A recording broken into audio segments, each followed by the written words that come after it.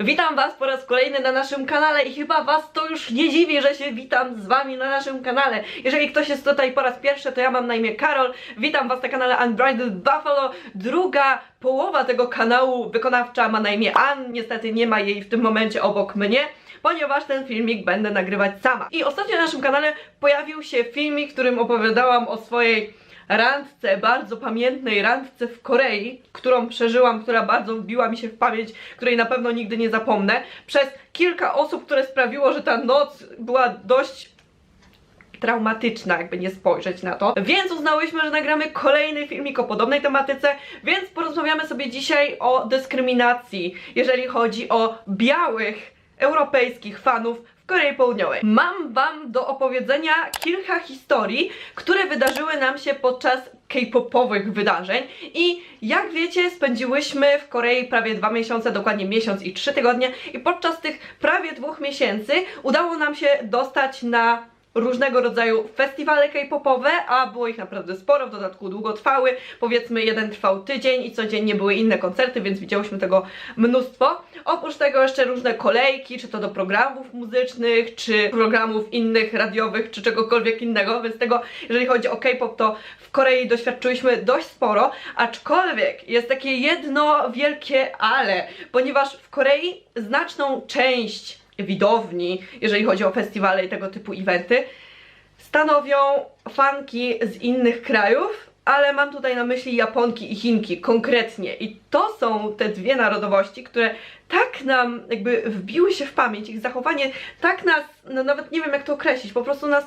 zmierziło, jak to mówi Ann, ewentualnie ubodło, jak to mówię ja, w zależności od tego, czy jestem w Warszawie, czy w Łodzi. I to jest bardzo ciekawa kwestia, ponieważ my czasem nie potrafimy się ze sobą dogadać. Jak się okazuje, mamy zupełnie inne słowa, których używamy. Aczkolwiek, tak nas to jakby uderzyło, że kilka razy chciałyśmy wyjść z takiego festiwalu, bo po prostu tam się nie dało wytrzymać. Więc zacznijmy od tego, co się wydarzyło na samym początku, jak miałyśmy styczność z jakimkolwiek koreańskim K-popowym festiwalem, ponieważ poszłyśmy jak normalni ludzie, sobie po prostu zdobyłyśmy bilety, poszłyśmy sobie do kolejki, następnie sobie weszłyśmy na sektor, który był nam dany, aczkolwiek jak się okazało, bo kupowałyśmy bilety na internetowych stronach, znaczy strony zawsze są internetowe, po prostu kupowałyśmy bilety w internecie i te strony, które oferowały bilety dla obcokrajowców, oferowały też miejsca w sektorach dla obcokrajowców, więc byłyśmy w tych sektorach z innymi narodowościami, było bardzo dużo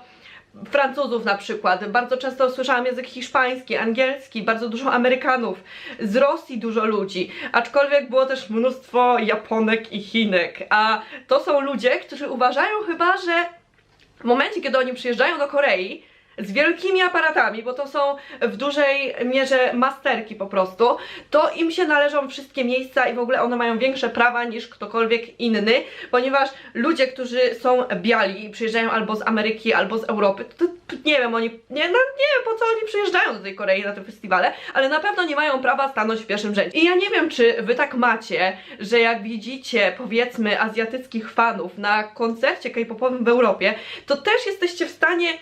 pomyśleć coś takiego, że ta osoba nie powinna tam być i w ogóle jakim prawem ty stoisz w pierwszym rzędzie, wyjdź na koniec, ponieważ to nie jest twój kraj, to nie jest twój koncert, masz swoje koncerty, wracaj do siebie, to nie jest twoje miejsce i fani z Polski powinni być w pierwszym rzędzie. Wiem, że takie sytuacje też w Europie się zdarzały i czasem słyszałam na własne uszy, że ktoś jakby faktycznie tak pomyślał, że ci fani, którzy przyjeżdżają z zagranicy, nie powinni w ogóle być w pierwszym rzędzie, nawet mając bilety VIP, ponieważ Polakom się należy więcej. I jak widać, takie samo podejście mają Japonki i Chinki, tylko w ogóle absurd jest taki, że one nadal nie są u siebie, tylko są w Korei, a nadal się rządzą. Więc tak to wygląda. Aczkolwiek jeżeli chodzi o te dyskryminacje, to problem tkwi w tym, że one mając te aparaty,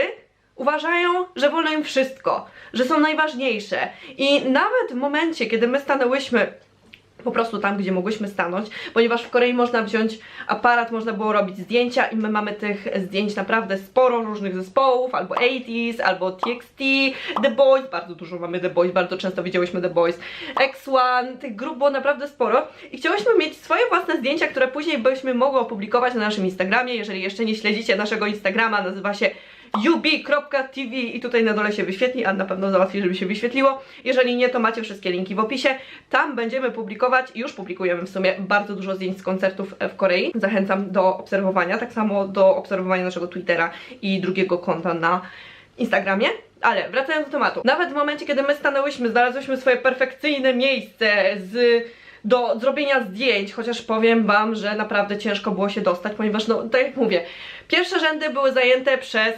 masterki i to nawet nie z Korei, tylko właśnie z zagranicy, ponieważ to był sektor dla obcokrajowców, więc tam były te Chinki, były te Japonki z takimi aparatami większymi niż w ogóle moje życie, większymi ode mnie czasem, mam wrażenie, Jezus, jak ja sobie przypomnę, jak raz się odwróciłam i nad moim ramieniem była dosłownie taki obiektyw, taki, i to jeszcze takiej grubości, dosłownie wielkości mojej głowy, to byłam przerażona. Nawet nie wiedziałam, że takie aparaty istnieją, więc poczułam się strasznie malutka z naszą lustrzanką. Mimo że wcale nie jest mała. I te osoby, które stoją w pierwszych rzędach,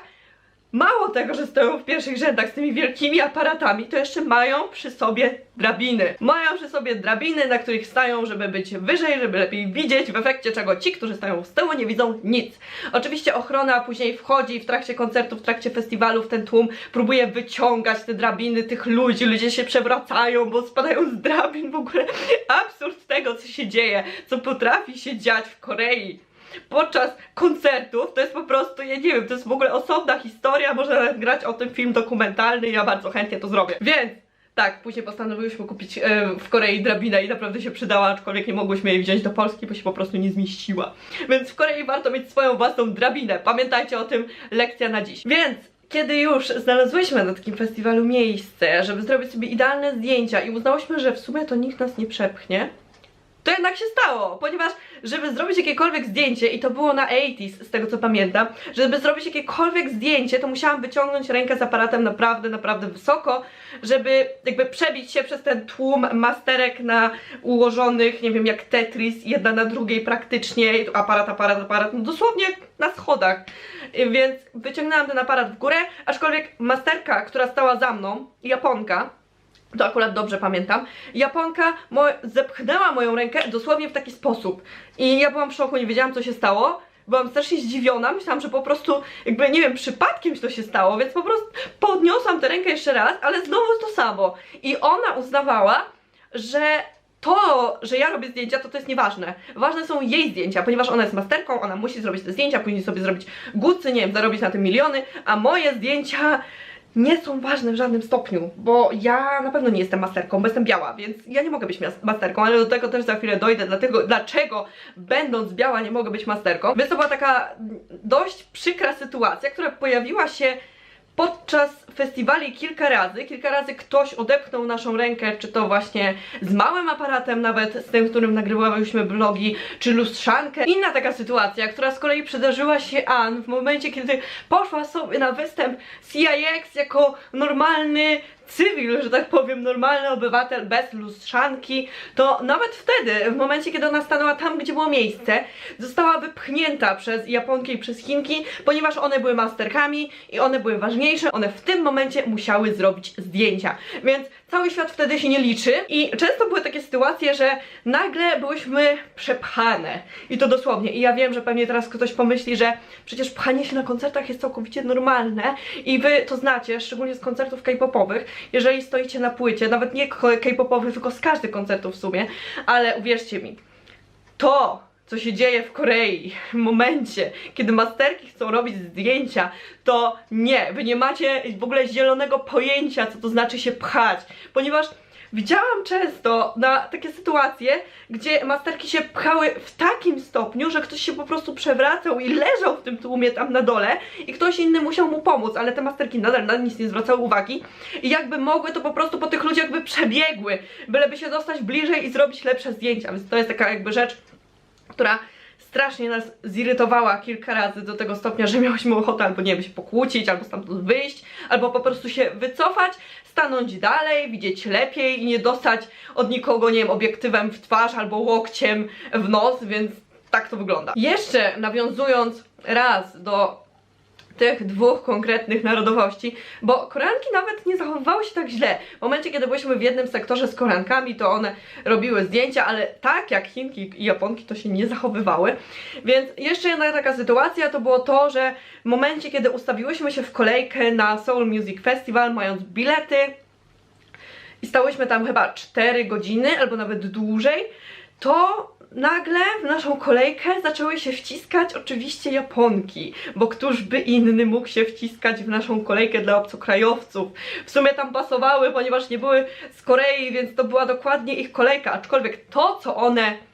wymyśliły, to był jakiś fenomen, bo każdy stawał tak jak przychodził. Od godziny 14 każdy normalnie się ustawiał do wejścia, do momentu, kiedy zostaniemy wpuszczeni do swojego sektoru najbliżej sceny, czyli sektoru dla obcokrajowców. Ale one nagle sobie wymyśliły, że na tym bilecie jest numerek. I faktycznie były numery biletów, ale one były rozdawane w zupełności przypadkowo. I była taka sytuacja na przykład, że my miałyśmy chyba 250 i wzięłyśmy bilet jeden po drugim, czyli powinno być 250, 251, a miałyśmy 250, 252, czyli osoba między nami gdzieś zniknęła, nie było tego biletu. One były rozdawane, te numerki, w zupełności przypadkowo, ale masterki z Japonii jakimś cudem zdobyły te pierwsze bilety, te pierwsze numery, więc uznały, że wszyscy muszą się ustawić według numerów, które są na bilecie. Jako że one mają numerek 1, 2, to one wchodzą jako pierwsze. Nieważne, czy ktoś tam stał 10 godzin, czy 20 godzin, czy 5 godzin, czy cokolwiek. One mają numerek pierwszy, one mają te początkowe numery, więc one, nieważne, że przyszły 5 minut wcześniej, one wchodzą pierwsze. I nigdzie to nie było ustalone, nigdzie nie było ustalone, że mamy się ustawić wokół numerków. Ale koniec końców wszyscy się musieliśmy przesunąć. Panie z obsługi, ze staffu, Koreanki musiały wszystkie numery posprawdzać i ustawić mniej więcej 500 osób nagle jedna po drugiej. Więc kolejny taki fenomen i to był ten moment, kiedy nie widziałyśmy za dużo, ponieważ nawet stojąc długo w kolejce zostałyśmy po prostu wypchnięte do tyłu na 250 miejsce. Wracając do tego, co powiedziałam wcześniej, do tego, że białe osoby nie mają w ogóle żadnych praw, jeżeli chodzi o K-pop w Korei, to jest w zupełności prawda, ponieważ też przy okazji tego samego festiwalu, czyli Seoul Music Festival, zdarzyła się inna taka sytuacja, która w sumie po raz kolejny przydarzyła się An, ale mnie też to jakby zabolało, bo w sumie to jesteśmy w jednym konkretnym fandomie razem i w Korei jest tak, że ustawiają się kolejki fandomowe, więc w momencie, kiedy miał być występ The Boys, to zauważyłyśmy kolejkę fanów The Boys. I zauważyłyśmy, że masterka, czyli jakby osoba, która stoi na czele tej grupy, rozdaje wachlarze, takie wachlarze jak można zdobyć w Korei i można też w sumie zdobyć je na koncertach K-popowych w Europie, tak jak tutaj mam z 80s albo z Jiminem, to rozdawała takie wachlarze z The Boys. I An, jako że jest wielkim fanem The Boys i dobrze o tym wiecie, to taki wachlarzyk dla siebie chciała zdobyć. Podeszłyśmy do tej dziewczyny, poprosiłyśmy, spytałyśmy i ona na początku w sumie wyciągnęła ten wachlarz w jej stronę, ale po chwili go zabrała i powiedziała no, only for Dobby. I Dobby to jest nazwa fandomu The Boys. I An powiedziała, but I am a Dobby. A ona jakby, ta Koreanka się zastanowiła, spojrzała na nią i no, only for Dobby. I odwróciła się i poszła. I my się zastanawiałyśmy przez chwilę, co się stało i dlaczego to się stało, ale później zauważyłyśmy, że ta kolejka fanów The Boys, kolejka Dobby, składała się w zupełności, w całości z Azjatek i tam nie było żadnego fana, który był jakby innej karnacji, więc już miałyśmy odpowiedź na pytanie, że co się stało, czyli nie, fani The Boys nie mogą być biali, Dobby nie mogą być białe, więc jakby w momencie, kiedy jesteście biali w Korei, to nie macie prawa należeć do żadnego fandomu i w ogóle nawet nie macie prawa robić zdjęć, niczego wam nie wolno, więc to było takie, no, zabolało troszeczkę, no bo dlaczego jakby uważają, że nie możemy należeć do tego fandomu? Przepraszam bardzo, ja kupiłam ARMY membership, żeby kupić bilety na koncert BTS w przedsprzedaży, więc jakby zakupiłam to, mam to w ogóle na piśmie, że tak powiem, mam to na telefonie, to mam, w ogóle mam dowody na to, że należę do tego fandomu. Mam wrażenie, że jakbym poszła teraz, po raz kolejny, na koncert BTS albo znalazła jakąś kolejkę ARMY, koreańskich ARMY w Korei, to nie daliby mi żadnego banerka, ani nic, ani żadnego wachlarza. I to jest trochę dziwne, bo w momencie, kiedy ja widzę jakby obcokrajowca w Polsce na koncercie K-popowym, to ja mam ochotę dać mu wszystko, niech pamięta ten koncert, niech się cieszy, bierz wszystko i się ciesz, że w Polsce, że w Europie też są takie świetne koncerty, a w Korei jest inaczej. I jeszcze taka sytuacja, która wydarzyła się naszej znajomej z Polski, która na pewno ogląda ten film, którą serdecznie pozdrawiamy, która była w Korei w tym samym czasie.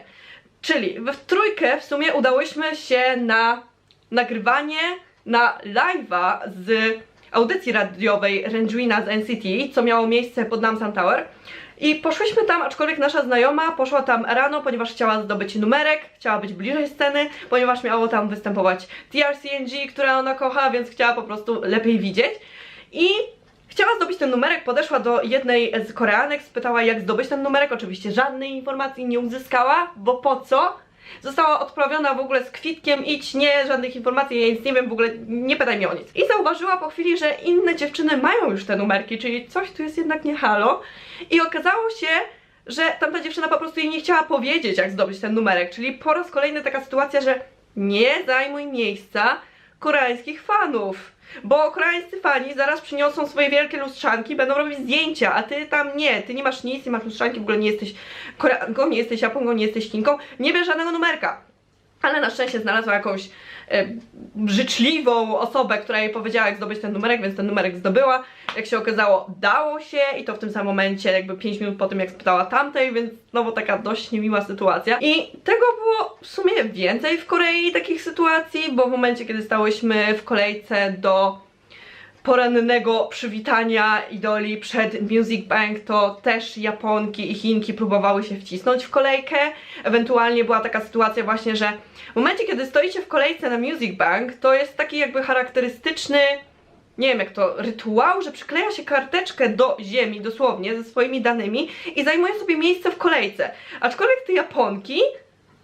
te kartki nagle odklejały z niewiadomych powodów i wyrzucały w krzaki, czyli jakby ta osoba, która była tutaj godzinę wcześniej i przykleiła tą kartkę, co wszyscy zawsze w Korei szanowali, to nagle znikała i to się nie liczyło, one sobie siadały tam, w tamtym miejscu, gdzie była ta kartka i zajmowały sobie miejsce. I to była kolejna rzecz, która nas strasznie zdziwiła, to było takie dziwne mają obyczaje i dziwne mają jakby mniemanie też o sobie, że są ważniejsi w tej Korei jako fani, więc tak to wygląda. Takich sytuacji jeszcze mogłabym opisywać bardzo, bardzo dużo, aczkolwiek jeżeli takie sytuacje się zdarzały w Europie i byliście ich świadkiem, to oczywiście wiecie co robić, napisać komentarz, opisać co się stało, jeżeli byliście w Korei albo w Azji, w Japonii, gdziekolwiek, na jakimkolwiek koncercie i też takie rzeczy się zdarzały, to też dajcie znać, a ja was poproszę jak zawsze o łapki w górę, jeżeli wam się podobało, subskrypcję kanału, jeżeli wam się podobało, jeżeli jesteście tutaj pierwsi, jeżeli jeszcze tego nie zrobiliście. Kliknijcie dzwoneczek, żeby być na bieżąco, żeby niczego nie przegapić, bo filmów z Korei mamy jeszcze dużo i planujemy dużo innych filmów, dużo innych pogadanych, więc tematy wszystkie, które was interesują też napiszcie w komentarzach i do zobaczenia w następnym filmiku.